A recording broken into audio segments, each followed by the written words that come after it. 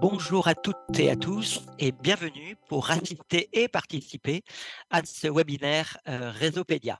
Réseaupédia, c'est le réseau des professionnels de la santé de l'enfant en Pays de Loire.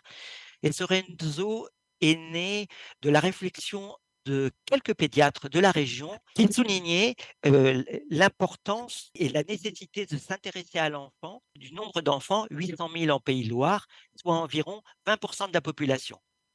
Et puis également, l'importance d'agir dès l'enfance sur les déterminants de santé dont on sait qu'ils peuvent donner, qui vont conditionner la santé future de l'adulte et également d'affirmer la singularité de l'enfant n'étant en fait pas un adulte en miniature. Alors, ce réseau avec qui? En fait, avec l'ensemble des professionnels, de la prévention aux soins, et ceci, quel que soit le mode d'exercice, c'est-à-dire les libéraux, c'est-à-dire les hospitaliers, la protection de l'enfance, la PMI, les réseaux et les centres médico-sociaux. Alors, en fait, quelle mission? Pour quelle mission? Eh bien, c'est essentiellement fédérer les professionnels, améliorer la lisibilité des parcours et des filières et créer une culture pédiatrique commune en région. Et ça nous ramène à notre webinaire de ce soir qui est réalisé en partenariat avec le réseau Coquillage et c'est messieurs Briac Pallier qui est kinésithérapeute à Nantes en libéral et monsieur Emmanuel Duval qui est kinésithérapeute à Nantes également mais qui travaille à l'ESEAN et qui vont nous parler du Family Center Care. Merci Joël. Donc merci à toutes et à tous d'être présents et présentes ce soir pour nous écouter. Donc ce soir avec Briac, on va essayer de répondre à la question qui s'affiche. Donc pourquoi et comment centrer soins et rééducation sur la famille et l'enfant? Donc tout d'abord, je vais vous présenter une partie un peu théorique pour situer un petit peu le concept qu'on va vous présenter ce soir, qui est le concept de Family Centered Care. Et ensuite, Briac nous présentera une situation concrète qu'il a vécue dans son exercice. Et on essaiera d'analyser un peu la situation en nous servant justement de ce concept-là. Et on finira par des perspectives d'amélioration des pratiques. Donc, en guise d'introduction, je voulais replacer un petit peu cette évolution sur la place des parents dans la santé, un peu d'un point de vue historique. Donc, au XXe siècle, les familles, les parents avaient un statut d'indésirable dans les structures hospitalières parce qu'on les considérait comme soit des perturbateurs au bon fonctionnement des services hospitaliers, soit comme des vecteurs de maladies. Donc, on avait plutôt tendance à ne pas les laisser rentrer dans les services et cette situation-là a évolué vers un statut de partenariat. Et ça a été beaucoup motivé par les théories psychanalytiques qu'on connaît bien, comme la théorie de l'attachement de Bowlby. Et donc voilà, au fur et à mesure, on a développé des concepts, on a aménagé les services et les pratiques pour avoir une meilleure implication des familles, donc que ce soit les parents ou les patients eux-mêmes. Et en guise d'exemple, on voulait vous parler de l'étude Eurydice 2, qui est sortie en 2012 et qui présentait comment se passait la prise de décision concernant la fin de vie dans des unités de néonatologie. Donc, il comparait avec des données de 2002 et on voit, donc c'est une étude qui s'est déroulée en Europe, et on voit que les parents sont de plus en plus impliqués dans la prise de décision et dans la présence au chevet de l'enfant, par exemple, dans un cas de décès. Donc, on voit que c'est une évolution qui s'inscrit concrètement dans les services. Donc, on va voir ce soir, est-ce qu'il s'agit juste de la présence parentale ou d'une véritable participation dans le projet de soins. Donc là, je vais vous présenter le pourquoi. Pourquoi est-ce qu'on vous parle de cette approche-là et comment ça s'exprime dans les textes. Donc tout d'abord, pour nous, c'est un impératif légal et déontologique, cette question de la famille, de l'environnement du patient.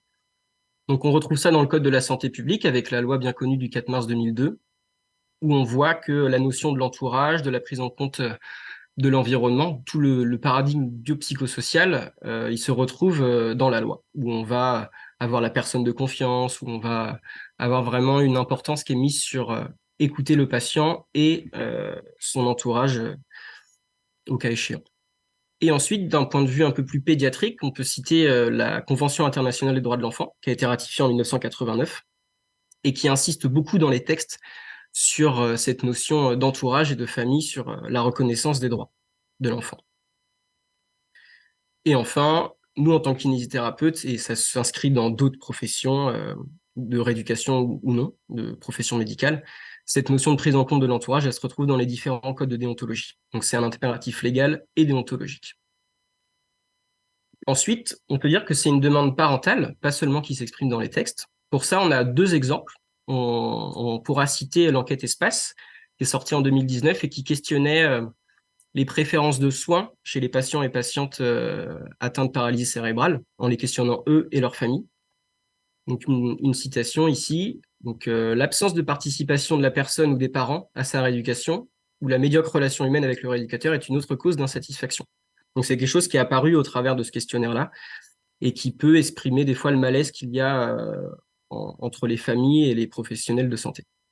Et ensuite, le manifeste des parents aidants d'enfants en situation de polyhandicap, qui est sorti en 2018. Là, je vous mets la citation. Quelquefois, nous nous sentons dépossédés de notre rôle de parents par les professionnels. Donc, ce manifeste-là, à titre d'exemple, il se questionne aussi sur le statut des aidants, sur une reconnaissance financière ou sur des aménagements vraiment concrets. Donc, on voit que cette question de l'implication des parents, elle se retrouve via la voix, justement, des parents quand on les interroge. Et c'est aussi une demande de l'enfant. Donc pour ça, on se base sur une étude qui est donc c'est une analyse, ouais, une cross-sectional analysis. Et en fait, ils ont demandé aux enfants dans les structures de soins de hiérarchiser on va dire, les aspects du soin. Et donc c'est à plusieurs tranches d'âge. Donc on voit sur les enfants de moins de 12 ans et les filles de moins de 12 ans, la présence des parents, ça intervient en deuxième ou en première position. Donc pour eux, c'est fondamental. Évidemment, on pense que ça a une structure un petit peu rassurante. Mais après, on pondère en disant que c'est quelque chose qui décroît avec l'âge. À l'adolescence, par exemple, on voit que cette notion-là, elle est beaucoup plus basse dans la hiérarchie des aspects du soin. Mais c'est quelque chose à prendre en compte, que ce soit pour respecter les demandes des parents, mais aussi respecter les demandes de l'enfant. Donc cette question de la famille dans la recherche, quand on fait un petit peu un état de l'art, on voit qu'il y a beaucoup d'études qui se déroulent à l'hôpital, donc et qui vont regarder un petit peu tout ce que ça peut entraîner, la présence des parents. Donc, on peut voir des améliorations physiologiques sur un gain de poids, une durée de séjour hospitalière qui est diminuée et un développement de l'enfant qui est amélioré dans certaines études. Mais aussi des améliorations psychologiques où on peut observer une baisse de l'anxiété parentale. Mais ces études-là, c'est des études à bas niveau de preuve. Il n'y a pas d'études de contrôlés randomisés parce qu'on pourrait pas comparer des études qui impliqueraient les parents et d'autres études qui n'impliqueraient pas les parents. Donc c'est seulement des études multicentriques où on va pouvoir comparer les différentes pratiques dans les centres, dans les différents centres de santé. Et évidemment, il y a encore moins d'études en ambulatoire et encore moins dans le champ rééducatif. Donc, pour vous présenter comment cette approche elle peut s'exprimer dans les pratiques, je vais vous présenter le modèle du Family Centered Care. Donc, c'est un concept anglo-saxon qui vient des États-Unis et qui dit que le soin centré sur le patient et la famille repose sur des partenariats mutuellement bénéfiques entre les professionnels de santé, les patients et les familles. Parce qu'à la base, le Family Centered Care, c'est pas un concept qui s'adresse seulement à l'enfant. Ici, c'est le patient et la famille. Mais on va se concentrer plus sur l'enfant pour la suite. Et on voit que c'est une notion qui est de plus en plus présente dans la littérature. Donc, à titre d'exemple, je vous ai mis un graphique issu de PubMed, la base de recherche documentaire.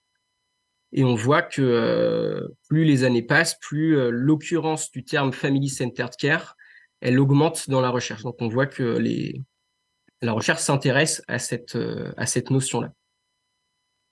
Donc, je vais vous présenter le modèle du Family Centered Care et il se développe en 8 clés. Donc, la première des clés, c'est la famille comme constante dans la vie d'un enfant. Donc là, ça nous questionne un petit peu sur ce qu'est la famille. Donc déjà, il faut identifier ce qu'est la famille pour le patient, donc l'enfant à qui on s'adresse. Donc ça peut être ses parents, ça peut être sa fratrie, ça peut être aussi d'autres gens qui sont autour de lui, pas forcément des liens de sang. C'est cette clé-là, on dit que c'est la philosophie du concept. C'est vraiment en se basant sur ça que les parents, la famille, c'est on va dire, les principaux intermédiaires entre l'enfant et le monde extérieur. Donc, si on veut inclure le patient dans la prise en soin, il faudra aussi tenir compte des envies et des besoins des parents. Et c'est à mettre en opposition avec le fait que les professionnels de santé qui gravitent autour de l'enfant, eux, pour le coup, ils ne resteront pas toujours auprès de l'enfant, contrairement à la famille qui, eux, seront présents tout au long de la vie de l'enfant. Ensuite, la deuxième clé, c'est la collaboration entre la famille et les professionnels à tous les niveaux de soins. Donc, cette clé-là, c'est un peu plus comment ça s'exprime de façon concrète, le Family Centered Care dans les pratiques. C'est comment on envisage la collaboration entre les familles et les praticiens de santé. Donc, c'est ce que je disais au début. Est-ce qu'il s'agit juste d'une présence ou est-ce qu'il s'agit justement de les faire participer? Nous, dans notre métier de kiné, en tout cas, on insiste souvent sur l'autonomie du patient. Et il semblerait que le Family Centered Care, ce soit une bonne manière de rendre les parents et les patients acteurs de leur projet de soins. Donc la collaboration, normalement, il ne s'agit pas que les différents acteurs soient égaux entre eux, mais on va reconnaître l'expertise de chacun pour faire avancer et respecter les envies de chacun. Ensuite, la troisième clé, c'est l'échange d'informations. Donc la communication, c'est la base de la relation thérapeutique, c'est un peu impensif de le dire, mais on insiste sur le fait que l'échange, c'est pas juste prodiguer des informations, on va aussi aller chercher des informations de la part des parents pour se renseigner sur l'environnement de l'enfant, sur des choses qui pourraient apparaître comme des détails. Et cette information, elle est définie comme claire, objective et toujours valorisante quand on renseigne sur le progrès ou les données qui peuvent apparaître dans notre bilan. Ensuite, la quatrième clé, c'est la diversité de toutes les familles. Donc le concept, il insiste un peu sur cette notion-là, comme quoi il s'agit pas de standardiser en fait le soin, il s'agit de s'adapter aux familles. Et quand on parle de diversité, donc on peut entendre la diversité culturelle, la diversité ethnique, la diversité socio-économique, les catégories socio-professionnelles des parents, en l'occurrence. Et il ne faut pas le voir comme un frein, parce que quand on s'adresse à des personnes qui ont voilà, des cultures différentes, des catégories sociales différentes, il faut au contraire s'en servir pour s'adapter en fonction de ça. Parce que ces familles-là, en fait, elles ont intégré des fonctionnements qui sont propres à leur diversité. Et si on se base dessus, on sera beaucoup plus efficace pour proposer des choses qui rentrent dans le quotidien de l'enfant, par exemple. On parle souvent d'objectifs écologiques. Dans ce cadre-là, il faut vraiment prendre en compte la diversité de toutes les familles. Ensuite, la cinquième clé, elle parle du coping. Donc, c'est un terme qui n'a pas d'équivalent, enfin, en mots, en français. On va plutôt donner une définition. C'est les stratégies d'adaptation des individus face à un problème. Donc, cette clé-là, en fait, elle nous permet, des fois, on est face à des réactions de parents ou d'enfants. On va prendre un petit peu comme délétère, ou on va avoir du mal à réagir par rapport à ça. Mais il faut toujours repositionner ces réactions-là dans le cadre du coping, justement, en se questionnant sur pourquoi on est face à ces réactions-là, pourquoi on est face à ces postures-là, et que ça peut parfois traduire un mal-être ou des difficultés d'adaptation. Ici, ça peut être l'annonce du handicap ou des enjeux justement liés au handicap qui fragilisent les familles. Donc il faut toujours, on va dire, décaler le regard sur des choses et pas prendre les choses personnellement. Et ça questionne aussi sur le soutien psychologique. Donc on pense au soutien psychologique institué auprès des professionnels concernés. Mais ça peut être aussi, et j'en viens à la sixième clé, le lien de famille à famille, où on sait que le handicap, pour le coup, peut entraîner une exclusion sociale.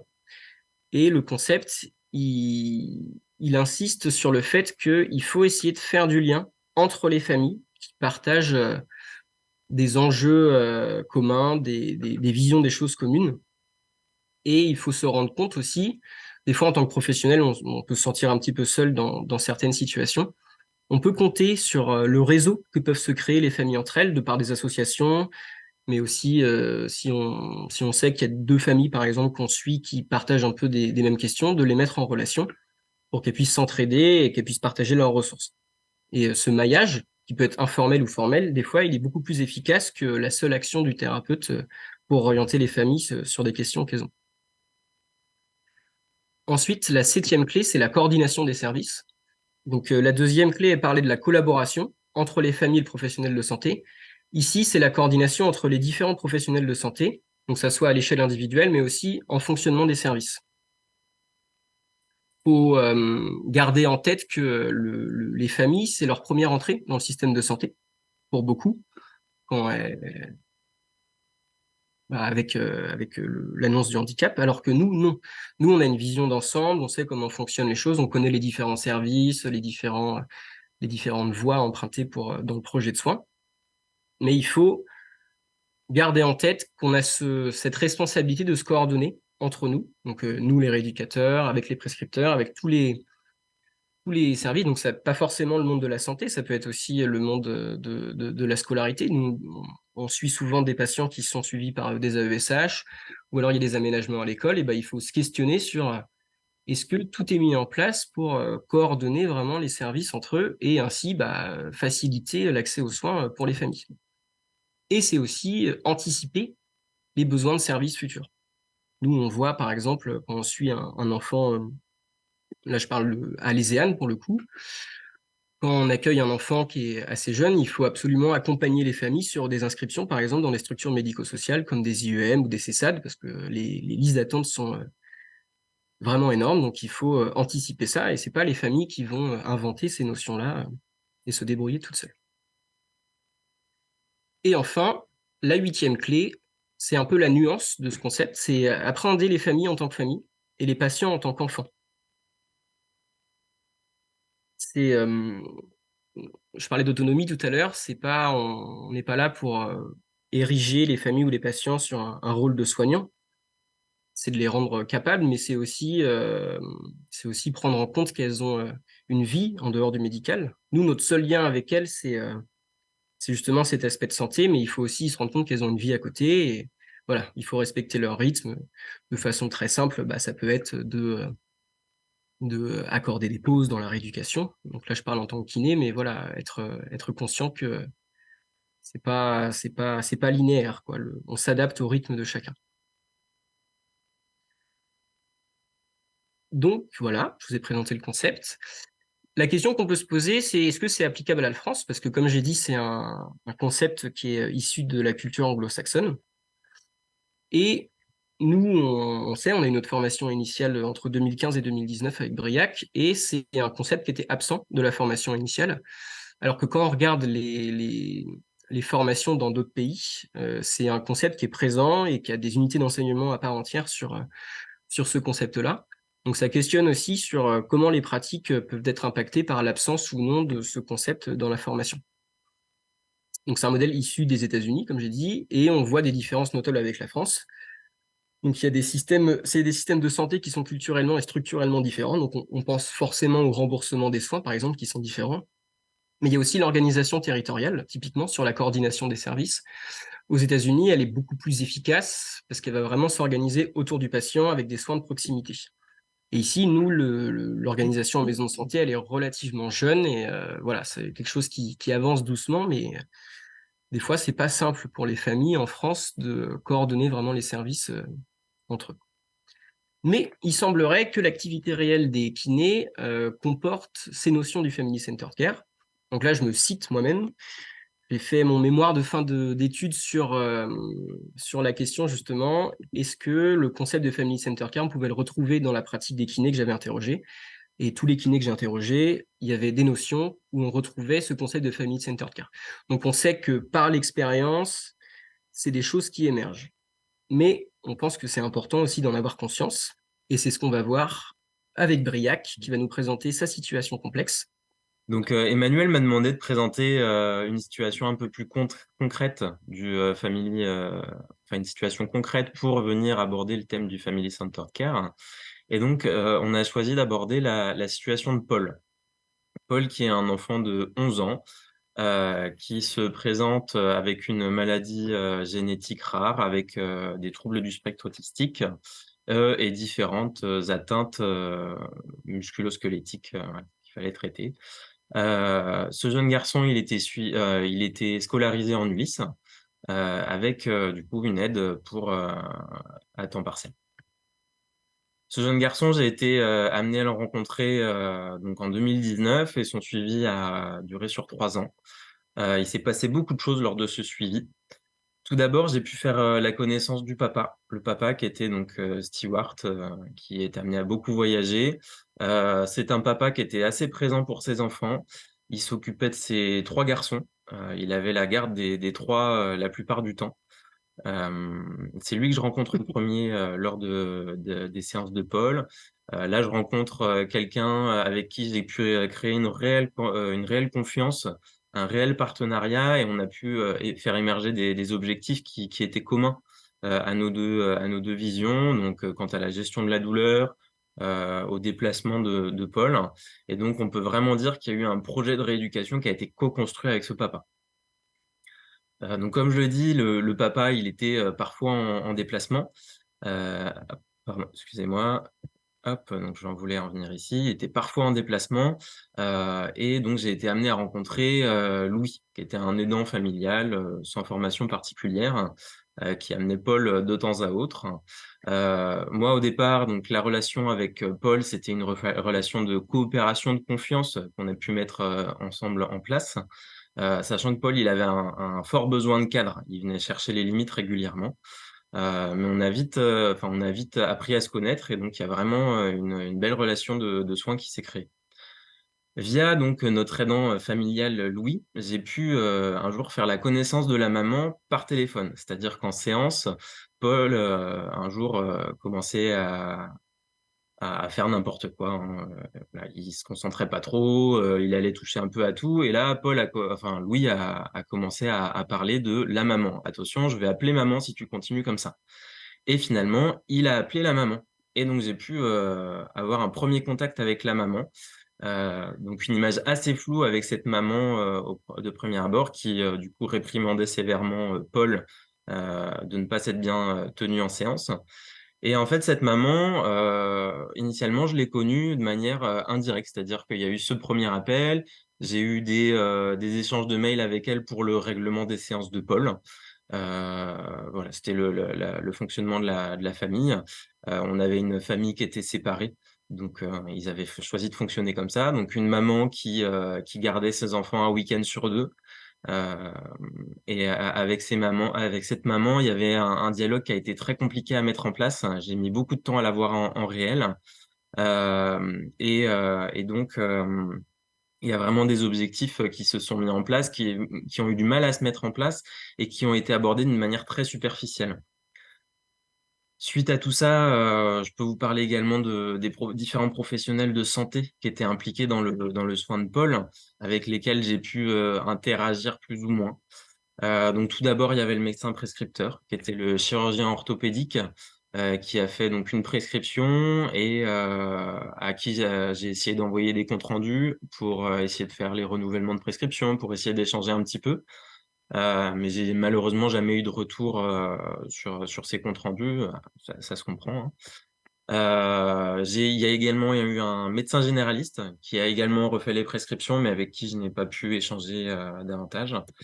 Et il y avait aussi notion de différents autres professionnels de santé, psychomotriciens, orthophonistes, avec lesquels je n'ai pas échangé, mais qui ont fait partie de la vie de Paul et qui ont connu cette famille. Donc, je vais vous rappeler les clés du Family Centered Care, donc un peu tout ensemble pour qu'on ait une vision d'ensemble et qu'on puisse analyser cette situation selon ce prisme-là. Donc, tout d'abord, la constance. Je le rappelle vraiment très rapidement, c'est la philosophie du concept. Les parents sont présents tout au long de la vie de l'enfant et on va devoir composer avec eux pour vraiment faire un projet de soins complet et adapté.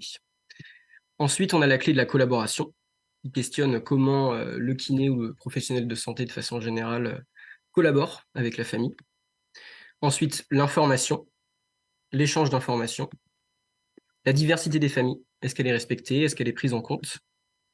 Les stratégies de coping, donc comment les différents acteurs adoptent des postures ou ont des réactions pour faire face à certaines problématiques. La question du lien de la famille, entre les familles. La coordination des différents services. Est-ce qu'il y a eu une coordination qui a facilité le bon déroulé du projet de soins? Et enfin, l'humanité, donc c'est ce que je disais tout à l'heure, garder en tête que les familles et les patients sont sont des gens avec une vie à côté et qu'il faut respecter cette notion-là.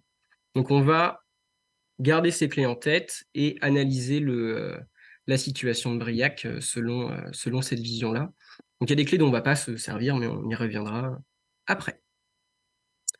Donc, tout d'abord, la clé principale de la constance.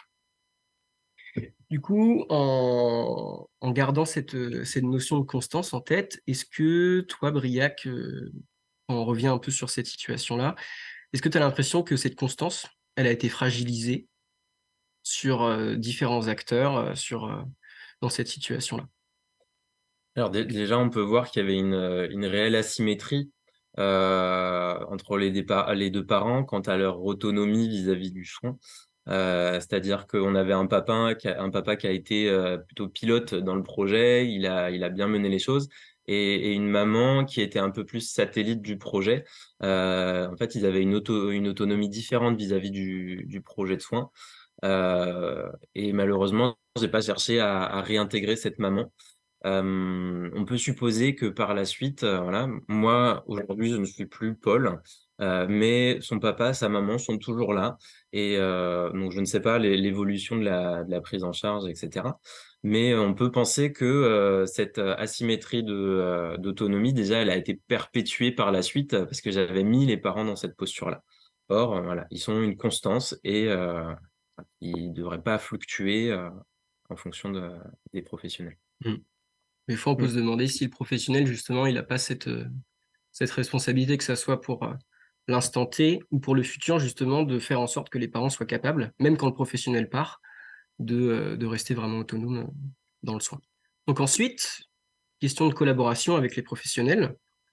Si on reste un petit peu sur cette asymétrie dont tu as parlé, est-ce que y a des éléments où ça s'est répercuté vraiment de manière concrète sur différents éléments du projet de soin au niveau de la collaboration? Alors très clairement, ça se voit directement dans les objectifs mis en place avec le papa et la maman. On a un papa qui va venir proposer et co-construire des objectifs plutôt réalistes, en adéquation avec enfin, ça reflétait vraiment la compréhension de la pathologie de Paul, de ses besoins. Et à côté, on a une maman qui proposait des objectifs assez superficiels, basés donc sur l'esthétique du pied notamment, très certainement dû donc à cette relation avec la maman, mais ça reflétait vraiment elle qui cantonnait avec ce qu'elle observait et pas non plus ce qu'elle observait. Parce que comprenait du soin. Ouais, voilà. Ok. Donc ensuite, au niveau de l'échange d'informations, sur justement, ouais, c'est intéressant. Là, c'est ce que tu disais, mais sur les objectifs, est-ce que justement la quantité ou ou la nature des informations, est-ce que ça a pu jouer justement sur cette asymétrie aussi? Alors justement, dès le départ, on pouvait voir qu'il y avait une symétrie d'échange d'informations et de moyens de communication avec les deux. La maman, je l'avais beaucoup par mail initialement sur des sujets vraiment détachés du soin, uniquement le règlement. Le papa, on était tout de suite dans des échanges autour de Paul. Par la suite, la maman, quand je l'ai un peu plus vue en séance, euh, personnellement, je l'ai trouvée assez sévère, et donc j'ai clairement fait un jugement. Et j'en suis venu à faire de la rétention d'informations pour éviter que Paul soit puni. Euh, Ce qui a peut-être renforcé ma relation avec Paul, au détriment de celle de la maman. Et d'un autre côté, on a la relation avec le papa, à qui je ne cachais quasiment rien. Il y avait vraiment j'étais très transparent sur ce qui se passait en séance, sur mes réflexions, sur les exercices qu'on cherchait à faire. Et c'est vrai que l'un comme l'autre, on voit qu'il y a toujours cette scission-là, qui est bien marquée. Je reproduisais un peu ce système familial qui était un peu énoncé avant, avec un papa très présent et une maman un peu moins. Et voilà, j'avais vraiment une scission de communication et d'échange d'informations comme ça. J'ai vraiment sélectionné ce que je disais à l'un et à l'autre. Ouais, donc on voit qu'il y a vraiment une différence entre les deux. Mm. Ça se répercute un peu sur Mm. plusieurs notions. Donc la quatrième clé, c'est la diversité des familles. Là, on va pas trop s'attarder sur ça. Ce qu'on peut dire, c'est, et c'est des choses qu'on rencontre assez souvent dans notre pratique. Là, on a affaire à un couple qui est séparé, et dans ce que exprime Briac, forcément, ça a influé sur le fait qu'il y a un des deux parents qui est un petit peu moins présent, où on a un peu de la difficulté à les raccrocher. Là, c'est peut-être pas le cas dans cette situation-là, mais des fois aussi, il y a des gens eux qui se jouent justement sur des possibles conflits entre les deux parents. Donc, il faut garder ça en tête et garder un petit peu une distance, mais toujours en prendre compte pour adapter le projet de soin. Donc, sur le côté diversité, c'était plutôt, plutôt cet aspect-là. Donc ensuite, la cinquième clé, celle du coping. Moi, je me souviens dans nos discussions, quand on en parlait tous les deux, tu avais tendance à me présenter la maman avec une image assez négative. Enfin, elle allait être un petit peu, elle allait empêcher en fait des choses dans le soin. Est-ce que toi, tu vois les choses, je ne sais pas, différemment ou dans une autre vision maintenant? Est-ce que ça a changé justement cette Alors vision-là? ici, enfin a posteriori, je me dis que cette posture assez fuyante de la maman, initialement donc très peu présente, et par la suite très rigide, elle traduisait en fait ce qu'on disait auparavant, c'est-à-dire qu'elle a une représentation de ça, excusez-moi.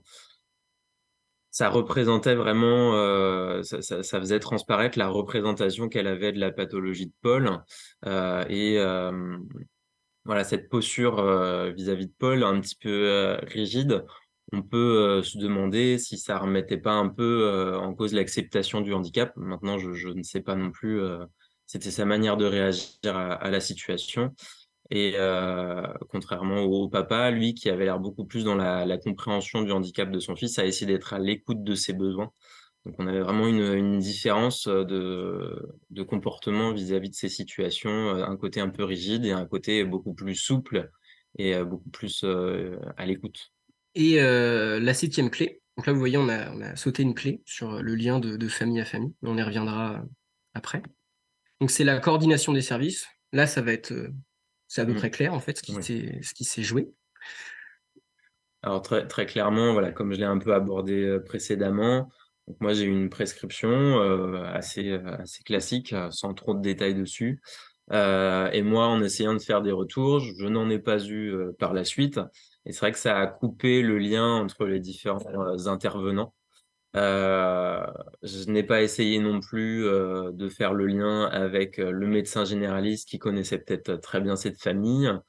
À l'inverse, moi, je n'ai jamais été invité à des ESS, donc des équipes de suivi de scolarité, afin de donner mon avis sur les besoins de Paul, ou bien de comprendre aussi comment ils étaient en dehors de ma séance de kiné, bien sûr. Et on peut aussi, enfin, je me suis également dit qu'au final, j'avais jamais eu de retour de ce qui s'était passé auparavant. Un petit peu comme si quelqu'un aujourd'hui prend en charge Paul, bah, il n'a pas de retour de ma part particulièrement. Moi, je n'avais pas eu de retour de la part de l'orthophoniste ou du psychomotricien qui était intervenu auparavant et qui avait peut-être compris un petit peu cette systémie familiale. Mhm. Mm. Donc ouais, on peut se dire que si tu avais eu des éléments, en tout cas sur la compréhension de cette Mm. dynamique familiale, bah, ça aurait été peut-être un peu plus Ouais. facilitant Ça pour aurait peut-être toi. prévenu Mm. d'arriver dans un espèce de cercle vicieux où j'avais moins envie de voir la maman et donc je la voyais moins. Et donc elle devenait de plus en plus distante. Peut-être elle essayait de reprendre un peu les rênes aussi en étant bien rigide. Enfin, je ne sais pas. Mm. Ouais, et puis là on parle enfin, Mhm. comment ça aurait pu se jouer, mais enfin, c'est un peu le problème Mhm. des gens en libéral. Voilà, c'est dur d'être tout seul, des Mhm. fois, pour gérer des situations, alors que Ouais. en collectif, bah, ça peut Ouais. Mais être voilà, plus facilitant, même quoi. en cabinet de groupe, des fois c'est compliqué Mm. de valoriser un temps d'échange ou autre, hein. Mhm. Voilà. Si on revient sur les clés, donc on a vu, l'idée en fait c'était de vous présenter ce concept, voilà, de vous présenter quelque chose qui existait dans la littérature, et puis de voir un petit peu, voilà, d'une situation en fait où on en avait parlé tous les deux, on peut voir qu'on peut essayer de déterminer un petit peu les éléments qui ont conduit au fait que bah, tu t'es senti en difficulté, Mm. et possiblement qu'il y ait des acteurs, la maman notamment, qui se soient sentis aussi en difficulté dans cette prise en charge-là. Donc l'idée, c'est pas de dire il faut faire comme ça, c'est bien, c'est plutôt on peut y revenir et se dire on peut faire aussi autrement. Donc l'idée, bah, là, c'est qu'on reprenne un petit peu les clés et puis qu'on voit comment voilà, qu'est-ce qui peut être mis en place au travers de ces différents éléments pour que ça soit plus facile. Donc au niveau de la première clé, la constance, nous, ce qu'on pense, c'est que ça serait intéressant, en tout cas, que c'est une notion qui soit plus présente dans la formation initiale. Donc ça, c'est en institut de formation, dans les cours.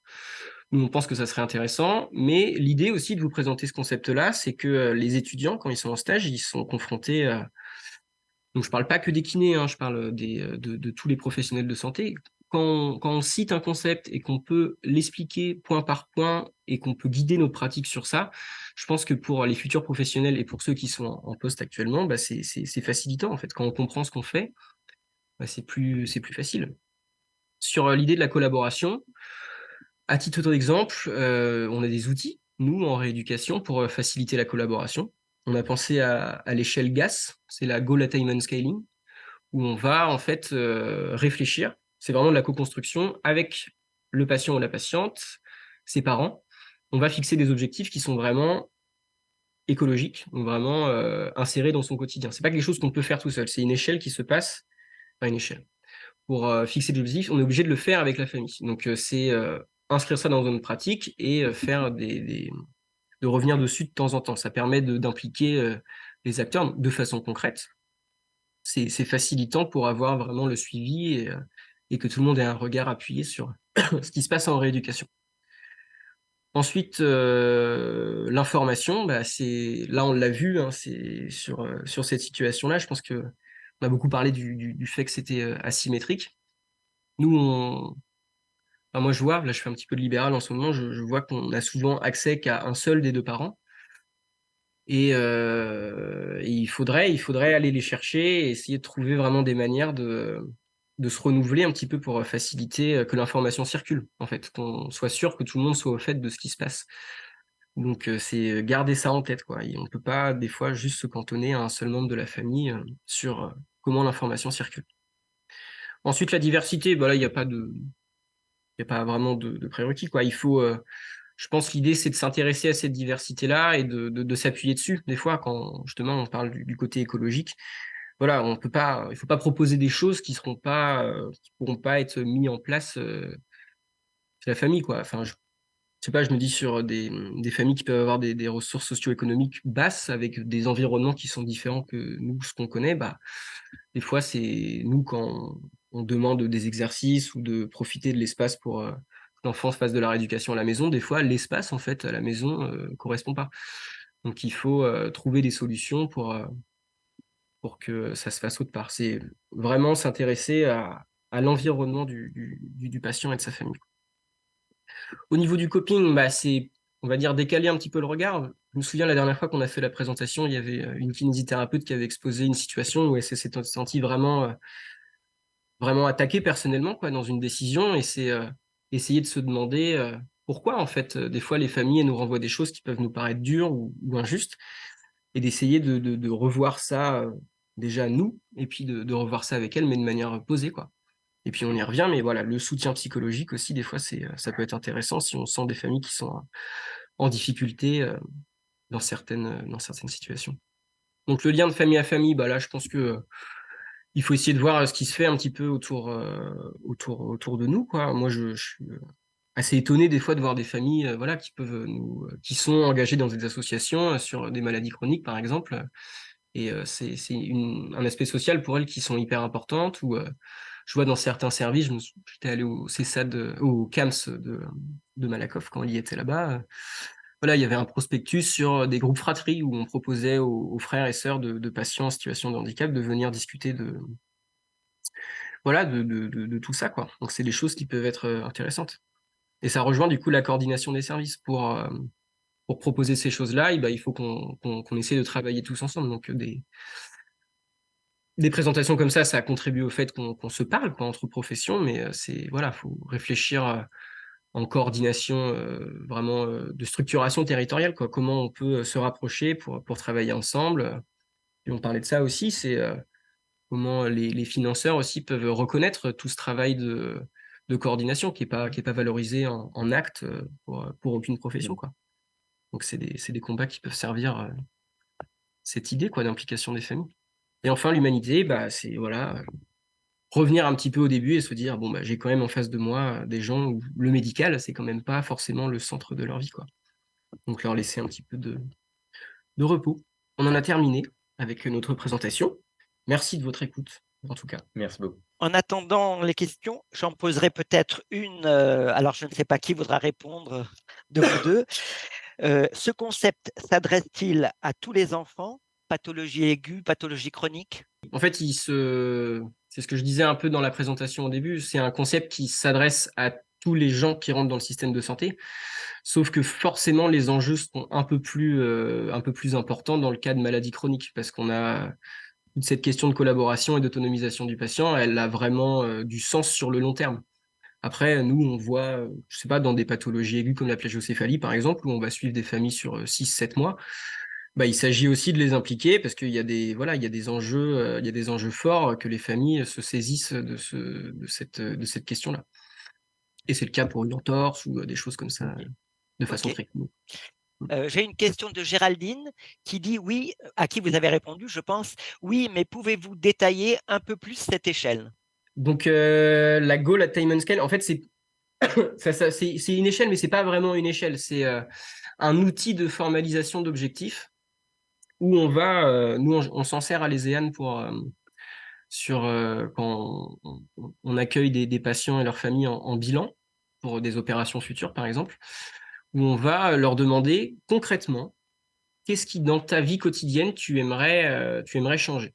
Donc voilà, je vais prendre un exemple, mais faut vraiment que ça soit très précis. Ça peut être, bah moi j'ai l'habitude d'aller chercher du pain près de chez moi et je le fais. Donc je sais pas, on va imaginer un patient qui a des troubles de la marche et qui a besoin d'une aide technique assez lourde. Et bah ça va être vraiment de se dire, ok, et ben on va quantifier la distance que tu dois faire et on va essayer de jouer sur des paramètres. Alors par exemple, ça va être lâcher l'aide technique, donc faire 20 mètres sans walker par exemple. Et cette échelle-là, elle est de -2 à +2, où 0, enfin, -2, c'est l'état initial. Et l'idée, ça fonctionne vraiment par palier. On n'a pas juste un objectif. On va décliner l'objectif en différents paliers. C'est pour ça que c'est un peu le terme échelle, quoi. Mais le côté très important, c'est qu'on aura besoin vraiment d'une fenêtre sur la vie quotidienne du patient. Et les parents, pour le coup, sont des ressources hyper importantes pour, euh, sur ces questions-là, quoi. On peut pas, c'est pas quelque chose qui se fait tout seul. C'est impossible. Ok. Une autre question, dans quel cas ce concept peut-il être difficile à mettre en place? Autrement dit, les freins. Bon, on peut dire que enfin, chaque situation peut présenter des freins, que ce soit en libéral, en hospitalier ou autre. Ça va dépendre d'énormément de paramètres. Comme on dit, il y avait une diversité des familles déjà qui est là, mais on n'a pas parlé de enfin, de la diversité des professionnels de santé qui interviennent. Donc, certains sont plus adeptes des échanges interprofessionnels, d'autres moins. Donc là, sur les échanges, la coordination, ça peut être compliqué. Justement, on a tous des affinités avec nos patients, qu'on le veuille ou non, et c'est vrai que bah, du coup, la collaboration, elle peut être affectée. Je sais pas si tu veux ajouter quelque chose de peut-être un peu plus concret, Emmanuel, mais Non, mais c'est en vrai que fait, c'est compliqué de... on peut reprendre un peu toutes les clés, en Mm. fait, et de trouver Oui, des côtés un peu négatifs, quoi. Comme dit Breck, bah, sur la collaboration, ça peut être, je sais pas moi, des différences relationnelles fortes, de valeurs, où on a du mal vraiment à collaborer, à échanger avec des familles. L'échange d'informations, bah, ça rejoint un peu la diversité des familles, mais des fois, on est confronté à des familles qui sont allophones, donc leur langue maternelle, c'est pas forcément le français, donc il faut aussi trouver des manières de communiquer avec elles. Et pour faire passer des idées avec notre jargon médical, bah, faut s'adapter, quoi. C'est pas évident, mais il faut le faire. sur qu'est-ce qu'il y a, le lien de famille à famille, typiquement, nous, ça va dans nos zones, mais je pense que dans des zones en France, c'est beaucoup plus complexe de trouver un réseau d'associations. Je pense que des fois, il y a des familles qui se sentent seules et qui le sont, en fait, sur le territoire. La question du coping, ça peut être des familles ou des mamans ou des papas qui sont en énorme détresse psychologique et qui ont vraiment du mal à raccrocher. Et des fois, on se sent un peu en difficulté sur tout ça. Donc oui, en fait, il y a autant de freins que de perspectives d'amélioration, quoi. Donc l'idée, c'est de les identifier et C'est ça. voilà, quoi, de C'est trouver. ça. L'idée, c'est identifier en fait par clé. Quand vous raisonnez, c'est par clé pour essayer d'y donner des réponses. Mm. Alors une autre question, finalement, ce concept peut s'appliquer en fait à de nombreuses prises en charge pédiatriques. Oui, Ouais. oui. Ouais.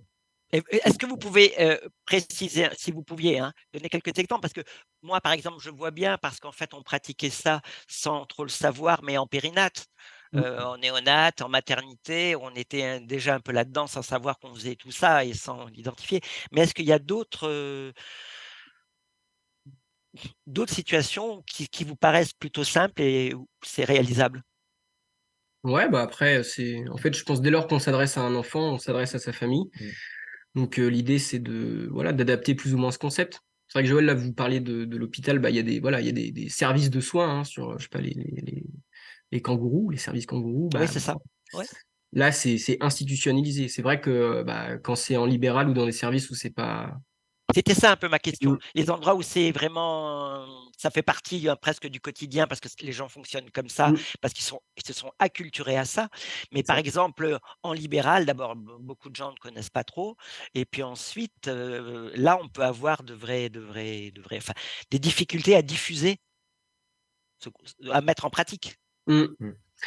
Bah ouais, c'est vrai que c'est ce qu'on disait avant. Je pense que le libéral, c'est le niveau compliqué, hein. Tu Mm. pourras plus en parler que moi, hein. Moi, je travaille en Mm. structure, donc c'est beaucoup plus simple. Je Oui, suis c'est ça. désolé. C'est Mm. c'est plus simple, je crois, pour rencontrer tous les interlocuteurs et les professionnels et probablement les parents qui sont On est sur probablement site, hein, il y a toutes sur voilà, site, il y a des hein, c'est synthèses, ça. il y a des Qu'en moments libéral, il quoi. faut, je pense, Ouais. c'est ce que j'évoquais tout à l'heure, essayer d'aller chercher les interlocuteurs. Donc ça veut dire du temps, ça veut dire, rappeler pour avoir une synthèse globale. Ça me paraît, bien plus lourd en charge de travail. Mm. Mm. C'est sûr qu'en libéral, on a cette optique d'enchaîner les actes dans l'idée, hein. On a un patient, enfin, pour ma part, c'est toutes les demi-heures. Et c'est vrai que on doit passer de l'un à l'autre. Et c'est vrai que se dire après, bon, on va revenir rétrospectivement sur ce qu'on a fait. Ah oui, c'est vrai qu'il faut que je fasse ça. Donc déjà, il faut analyser ce qu'on a fait. Ensuite, il faut se dire, bon, faut que je communique avec un tel, il faut peut-être que je fasse ci. C'est vrai qu'on n'a pas de temps dédié à ça en plus. Alors maintenant, il y a tout ce qui est maison de santé, etc. Il y a de plus en plus d'analyses professionnelles. Et c'est vrai que ça, pour le coup, ça peut que servir le Family Center Care, ça c'est sûr. Mm. OK. Ouais, et puis Mm. enfin, on voit que c'est fait, en fait. Mhm. Ouais, Quand on s'adresse aux professionnels, c'est forcément. Je pense les pros qui nous ont écoutés ce soir, ils se disent bah oui, oui, oui, c'est ils tout ça, savent de tout quoi ils ça, parlent. c'est évident, mais en fait, tout Mm. ça, des fois, c'est difficile à mettre en place Mm. de manière concrète, quoi. C'est prendre le temps de réfléchir vraiment plus dans le détail à la situation. C'est vrai que cette situation de Paul, tu ne m'aurais pas demandé, je serais jamais venu réfléchir dessus. Mm. Et donc c'est vrai que il faut venir titiller un petit peu les détails parfois, et c'est vrai que Mm. Bah oui, ça se fait pas forcément. Et ça prépare la suite. L'intérêt de l'analyse de pratique. Mm. Voilà. Mm. très bien.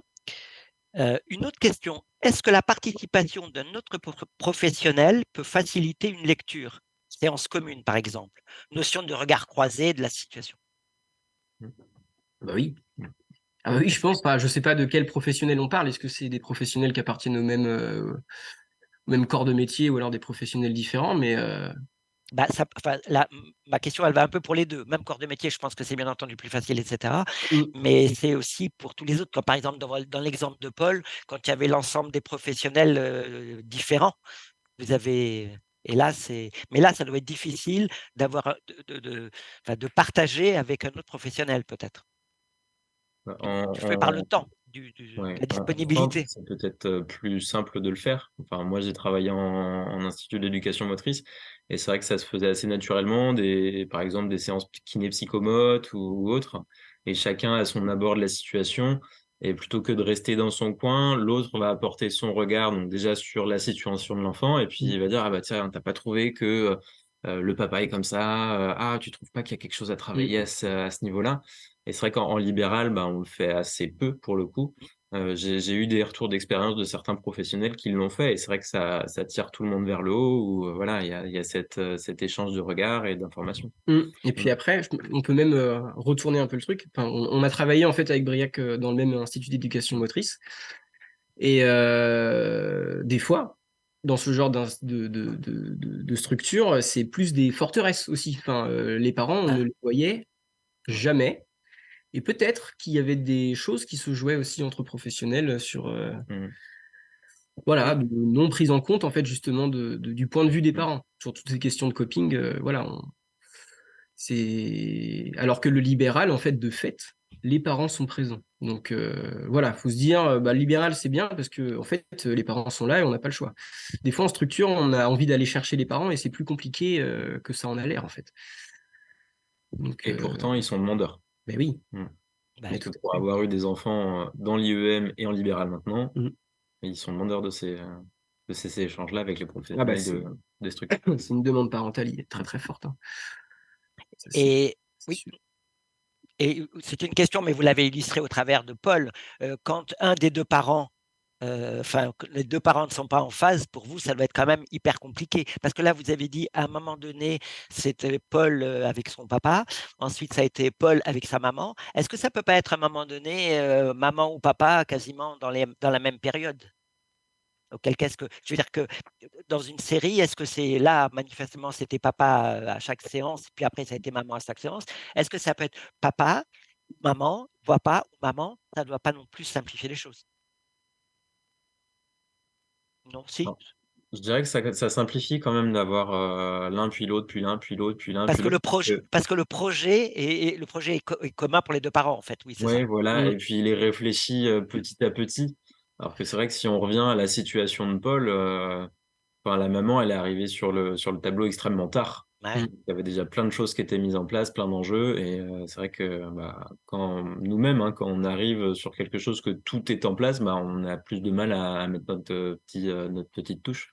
Ouais, et puis de Donc, manière très simple, s'il y a vraiment une alternance, une fois papa, une fois maman, bah mm, ils arrivent et on a juste à dire, et bah la dernière fois on a travaillé ça. En fait, ouais, ça se fait directement. mm, Et non, c'est vrai que ça peut être aidant. Après, dans le cas, ce qu'on disait de couple en situation de divorce ou de séparation, bah c'est voilà, il y a des enjeux autres qui peuvent se jouer aussi de prise à partie, qui c'est pas forcément simple. Mm. OK. Et puis alors, une dernière question peut-être sur la formation. Parce que vous avez dit que, finalement, il n'y a pas de formation académique, mais est-ce qu'il y a des formations post-universitaires ou pas du tout? Et dans ces cas-là, comment on fait pour diffuser ce concept? Bah, à l'époque, j'avais regardé est-ce que c'était présent dans le diplôme universitaire de pédiatrie qui était proposé et non. Non, mais en fait, on en parlait avec Briac, c'est des notions qui vont être présentes, mais de manière pas floue, mais on va dire, voilà, la famille, c'est important auprès de l'enfant. Alors que je pense que amener un concept qui est construit, qui est réfléchi, parce que le concept de Family Centered Care, il a été construit avec des associations de famille et des professionnels de santé. Donc c'est quelque chose qui émane directement des familles. Bah ça, voilà, c'est bien de s'appuyer. C'est toujours bien de savoir ce qu'on fait en fait. Voilà, que c'est prouvé, que c'est reconnu et que c'est envié par les familles. Mais non, de ce que j'ai vu, c'est ouais, en pas fait, présent en tant que tel. en formation initiale, il parle énormément de triade enfants-parents-soignants. Mm, Cette espèce de triangle, voilà, et en fait, ça veut tout et rien dire, quoi. c'est ça. Qu'est-ce que c'est? C'est on discute juste avec le parent, juste avec l'enfant, et enfin voilà, tout est cloisonné. Enfin, ça veut tout et rien dire, comme je dis. Voilà. Alors que le concept du Family Center Care, voilà, il y a cette grille d'analyse avec les différentes clés qui va permettre de Tout à fait. justement formaliser tout et se dire, ah bah oui, en effet, ça, j'y ai pas pensé, bah, peut-être qu'il faudrait justement y penser un peu plus. Bah, c'est ça. Et Mm. puis pour les plus aguerris d'entre nous, je pense que c'est des choses qui sont Qui sont naturels. qui sont naturels. Moi, quand j'ai Ah, interviewé les kinés pour mon mémoire, bah oui, forcément, je retrouvais ça dans leur discours. Mais on pense qu'il faut pas juste se baser sur l'expérience pour proposer un soin de qualité, on va dire, de Family Centered Care. Donc effectivement, bah, c'est bien d'essayer d'en parler un petit peu autour de nous et de nommer les choses, en fait. Donc c'est un webinaire comme ça, c'est bien. C'est bien de pouvoir en parler. eh ben, merci en tout cas. Merci à tous les deux pour votre prestation en duo qui permet d'avoir quelque chose d'abord de clair et puis de vivant. Donc déjà, merci d'avoir fait cette présentation-là. On arrive donc à la fin de notre webinaire. D'abord, je voulais remercier d'abord les personnes qui sont, les spectateurs qui sont restés avec nous. Merci à vous deux, bien entendu. J'avais deux choses que je voulais dire parce que j'avais un peu noté ces deux notions finalement que je trouve importantes. La première, c'est votre présentation montre bien l'importance de bien prendre en charge l'enfant et sa famille, mais en restant au service de l'enfant. Ça, c'est la première notion, parce qu'on avait évoqué l'autre jour. Et puis la deuxième chose importante, c'est de bien se coordonner entre professionnels, mais ça, vous l'avez bien abordé. Voilà, un grand merci à tous. Je vous remercie, à tous les deux en tout cas, pour vraiment cette belle présentation en duo. Et puis je vous souhaite à tous une bonne fin de soirée et donc à très bientôt.